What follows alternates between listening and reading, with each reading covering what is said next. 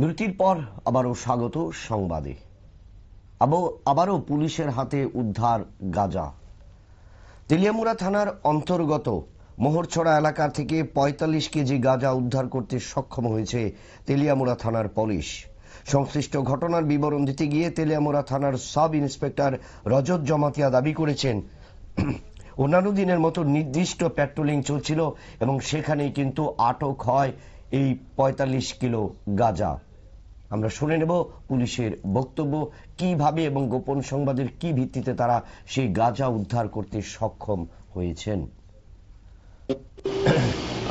This evening we were performing a normal patrolling duty in the areas of Mohochora under Telemura PS.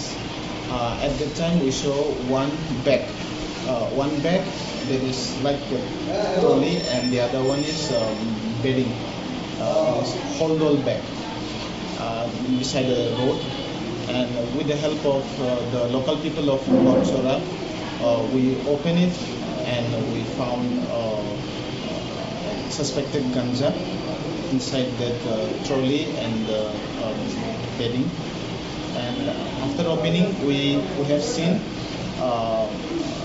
3 packets. The weight of one packet is 22 kilos, and the other one packet is of 20 kilos, and the other one is of 3 kilos. Total 45 kilos of suspected ganja. The approximate market value maybe about lakhs, in lakhs. Anyone arrest? There's no anyone, but an inquiry has been started under 106 BNSS.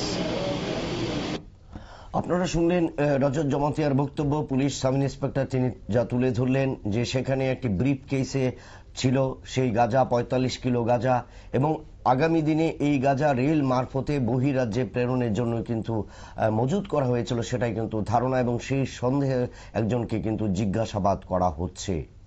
আবার উনি নিচ্ছে একটা ছোট্ট বিজ্ঞাপন বিরতির সঙ্গে থাকুন।